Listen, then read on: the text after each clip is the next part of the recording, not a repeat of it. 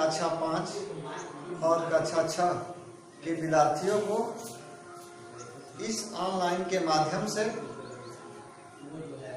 वर्ण के भेद और स्वर के भेद बताने जा रहा हूँ। पिछले वीडियो में मैंने बताया था कि वर्ण किसे कहते हैं।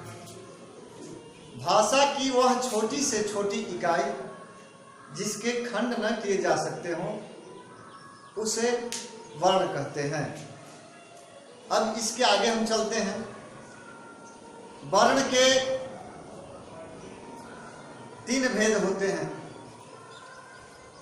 3 प्रकार होते हैं। पहला स्वर, दूसरा व्यंजन और तीसरा अयोगवाह। अब हम स्वर किसे कहते हैं, व्यंजन किसे कहते हैं, अयोगवाह किसे कहते हैं, एक एक करके हम समझेंगे। तो सबसे पहले हम स्वर किसे कहते हैं ये हम देखेंगे कि स्वर किसे कहते हैं। तो चलिए यहां ध्यान दीजिए। जिन वर्णों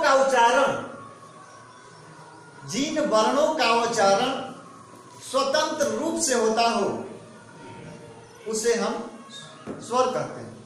या दूसरे शब्दों में, जिन वर्णों का उच्चारण करते समय किसी दूसरे वर्ण की सहायता न लेनी पड़े उसे हम स्वर कहते हैं। और स्वर कितने होते हैं?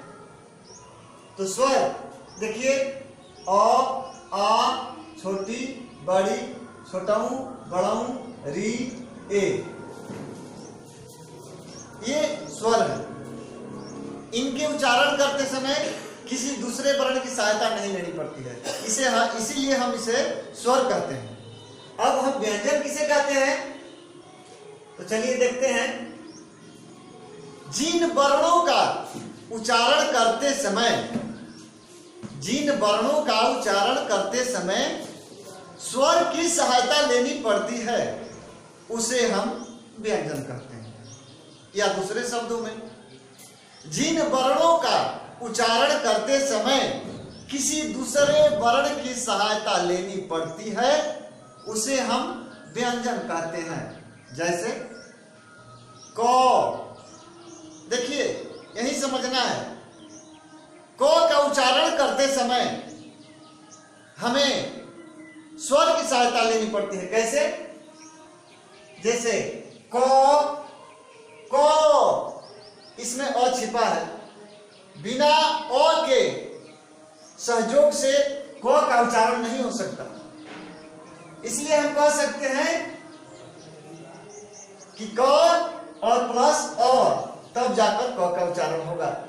यानी कि व्यंजन में क सम्मिलित है, तब जाकर इसका उच्चारण हो रहा है क। यानी कि स्वर की सहायता लेनी पड़ती है। इसी तरह च, अ, च, प, अ, प। यानी कहने का मतलब है कि व्यंजन का उच्चारण बिना स्वर की सहायता का नहीं हो सकता है। अब चलिए हम आगे चलते हैं। जैसे वर्ण के 3 प्रकार होते हैं, ठीक उसी तरह स्वर के भी 3 प्रकार होते हैं, 3 भेद होते हैं। देखिए, हर्ष स्वर, दीर्घ स्वर और पलुत स्वर।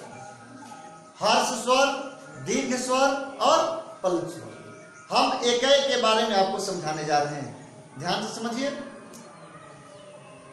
हर्ष स्वर किसे कहते हैं? हर्ष स्वर किसे कहते हैं?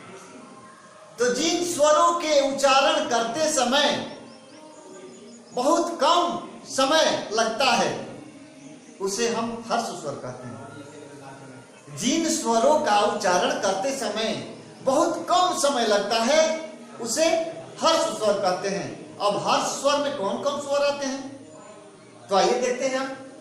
हर्ष स्वर में ये 4 स्वर आते हैं, और ई उ री और छोटी छोटऊ री, ये हर्ष स्वर आते हैं।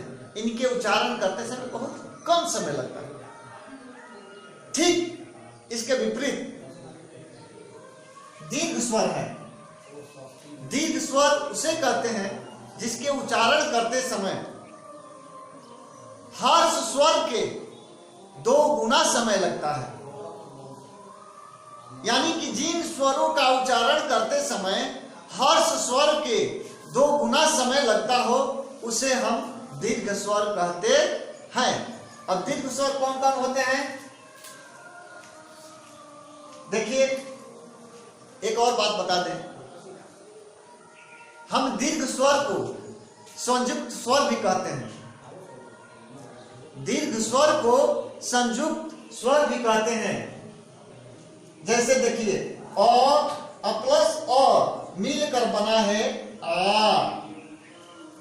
अ प्लस अ तब मिलकर बना है आ, छोटी ई प्लस छोटी ई तब मिलकर बना है बड़ी ई, छोटाऊ प्लस छोटाऊ तब मिलकर बना है बड़ाऊ, अ प्लस ई मिलकर बना है ए, अ प्लस ए मिलकर बना है आई। अब देखिए, अ उ अ छोटाऊ मिलकर बना है ओ। इसी तरह अ और ओ मिलकर बना है अ। इसीलिए हम इसे संयुक्त स्वर कहते हैं, क्योंकि ये अकेले नहीं है, ये 2 स्वरों के मेल से बना है। इसीलिए हम इसे संयुक्त स्वर कहते हैं। इसमें हर स्वर की अपेक्षा दुगना समय लगता है, इसीलिए हम इसे दीर्घ स्वर कहते हैं। अब आगे चलते हैं, प्लुत स्वर। ये स्वर क्या कहलाता है? ये प्लुत स्वर क्या कहलाता है? तो जिन स्वरों के उच्चारण करते समय, जिन स्वरों के उच्चारण करते समय 3 गुना समय लगता है, हर्ष स्वर के 3 गुना समय लगता है, उसे हम प्लुत स्वर कहते हैं। फिर समझिए, जिन स्वरों का उच्चारण करते समय, जिन स्वरों का उच्चारण करते समय दीर्घ स्वर के 2 गुना समय लगता है और हर्ष स्वर के 3 गुना समय लगता है, उसे प्लुत स्वर कहते हैं।